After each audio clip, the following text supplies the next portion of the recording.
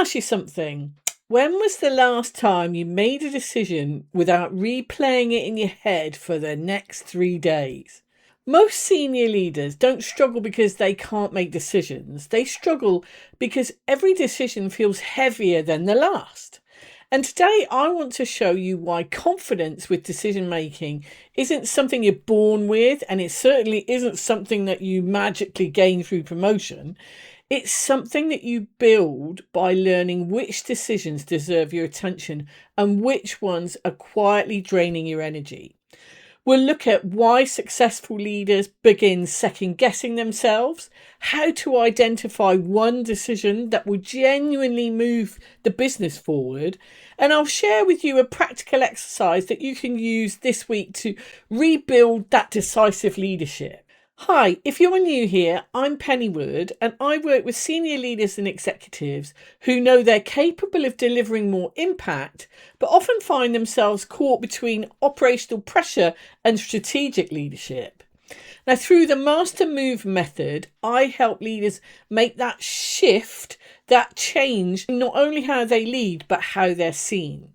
Now, if that's the sort of leadership that you're interested in, please subscribe and join me every week. Now let's get into it. The first phase in the Master Move method is to audit what's going on right now. Now let's look at that for a moment. Here's something that I've noticed over years of working with senior leaders. The people who question themselves the most are almost never the least capable. They're usually the opposite. They're experienced, they're thoughtful, they're respected. They're people others turn to when something really matters. And on paper, they look incredibly confident. But behind closed doors, they're often carrying the weight of every decision that they've made. Now, that surprises a lot of people because we often assume that confidence means certainty, right? Well, it doesn't. In this context, confidence means that you're willing to move forward even when certainty isn't there. Now, the challenge is that the more senior you become, the more complicated every decision feels. You're no longer deciding whether a project should go ahead. You're thinking about how it affects your customers, budgets, the culture, your leadership team, the board, and perhaps your own reputation. And suddenly one decision seems to have 20 possible outcomes. So what do? Well, you gather information, you ask for another report, you schedule another meeting, you tell yourself you're being really thorough, and sometimes you are. Sometimes, though, something else is happening. You're waiting for that feeling of certainty to arrive. Now, here's the problem. Leadership rarely gives you that feeling of certainty. Now, I've worked with executives who've spent weeks preparing for conversations they should have had tomorrow, right?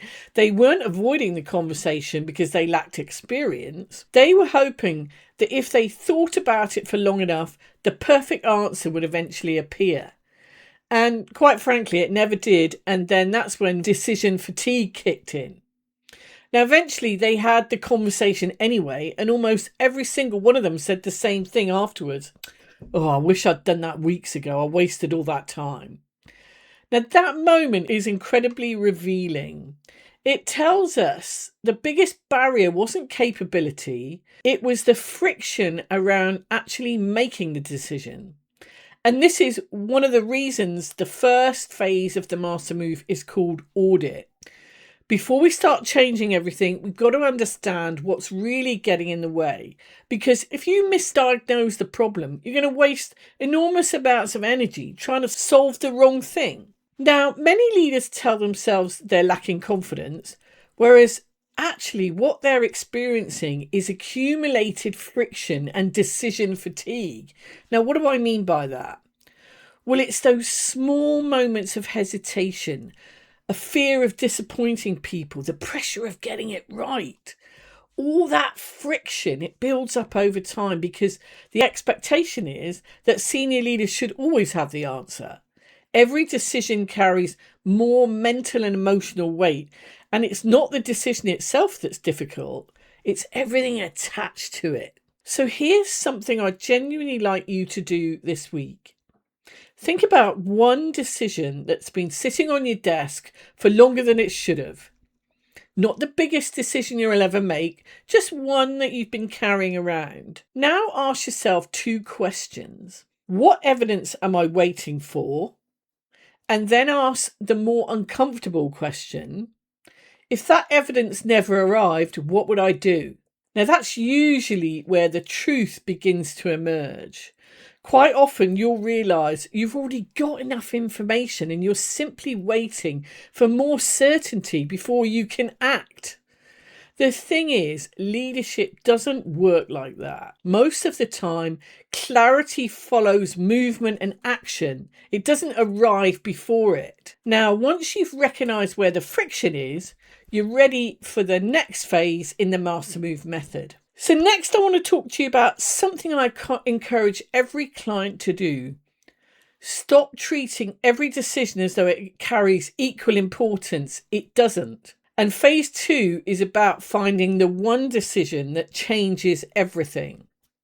Now, some decisions simply maintain the business, others completely change its direction. Some simply keep the organisation moving.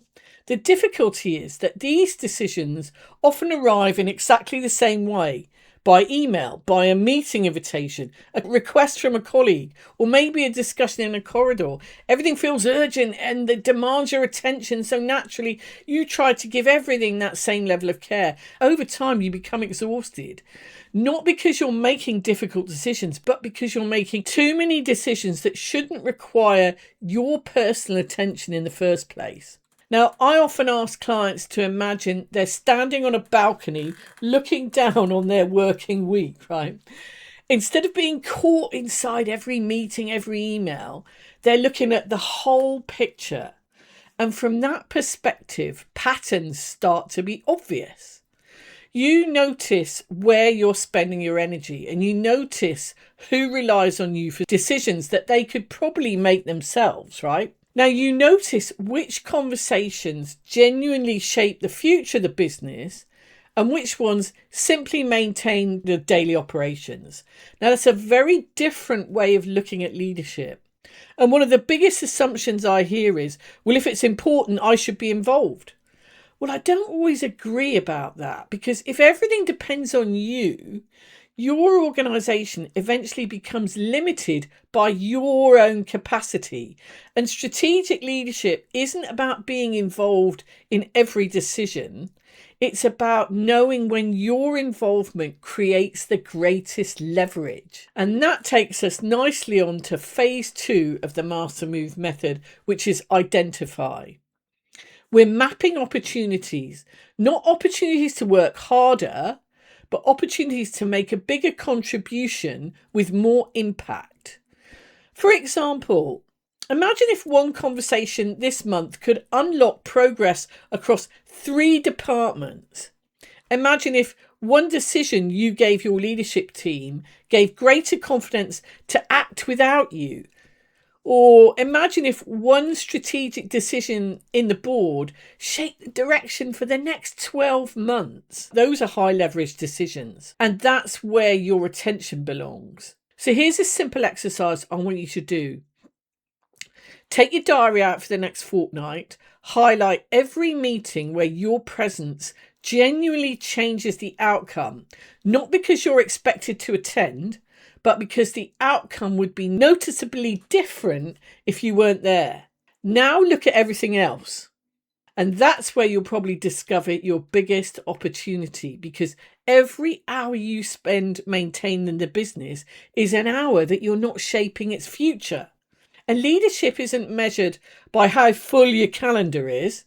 It's measured by the difference you make when you choose where to invest your attention. And once you've identified the high leverage opportunity, the next question becomes obvious. How do you actually act on it? And that's exactly where we're going to go next. So now we've done 2 important things. We've uncovered where you're creating friction for yourself, and we've identified the decision that most likely makes a meaningful difference. The question now becomes, what are you going to do about it?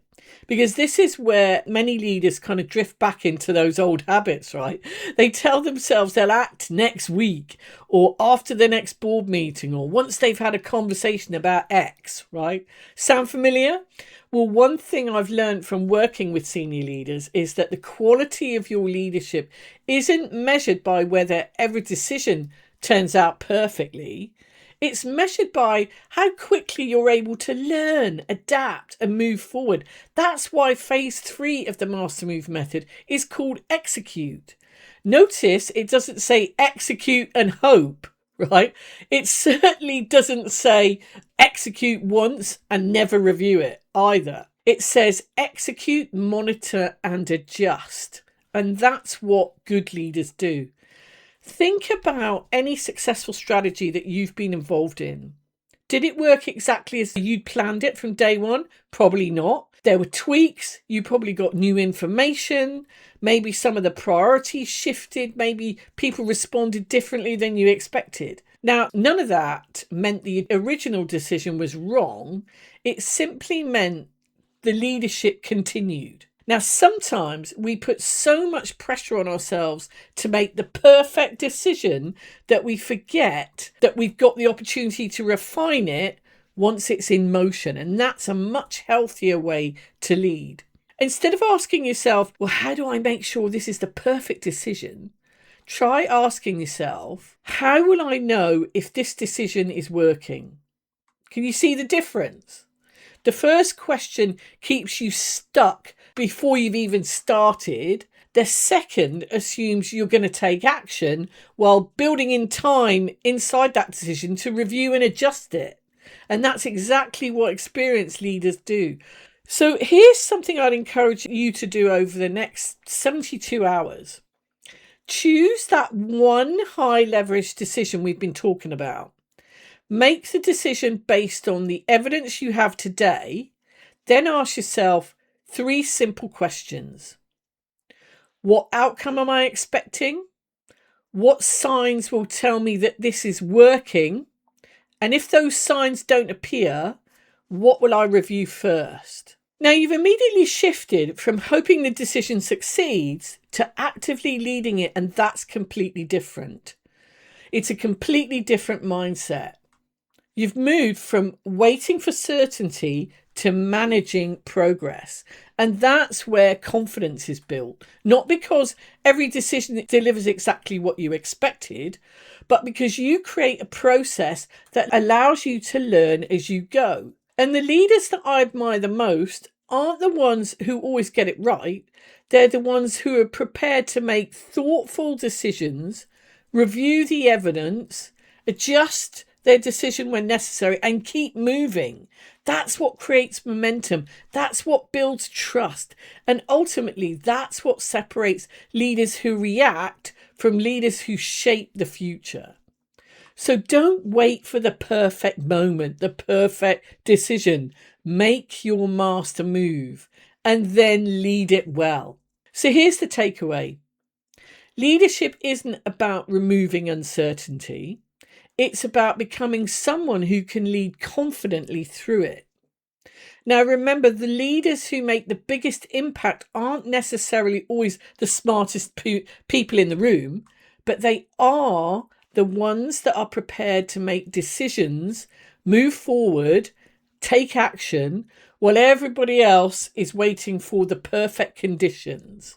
Now, if this conversation made you think differently about the decisions that you're carrying or that you're putting off, I'd love to hear from you. If you're ready to go deeper, click the link below and watch my Master Move Executive Summary. It's a short briefing where I explain the complete framework that I use with senior leaders who want to create greater influence, confidence, and have more impact. And lastly, if you found this video valuable, please like it, share it with another leader who needs to hear it, and don't forget to please subscribe.